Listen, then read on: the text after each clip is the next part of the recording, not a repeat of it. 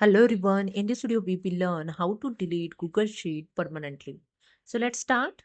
Go to the left hand side and you can see the Google Sheet icon.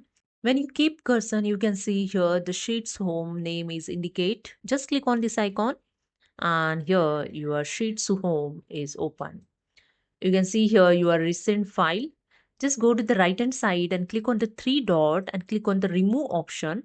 And the other one dialog box is open. Move to trash. Google spreadsheet will be moved to dry trash and deleted forever after 30 days. Just click on the move to trash and here your Google sheet is deleted. Okay. To delete this file permanently, go to the left hand side, click on this three line main menu and click on the last option drive, and here your Google Drive is open. In left hand side, click on the trash option, second last option, and you can see here your recent deleted Google Sheet file.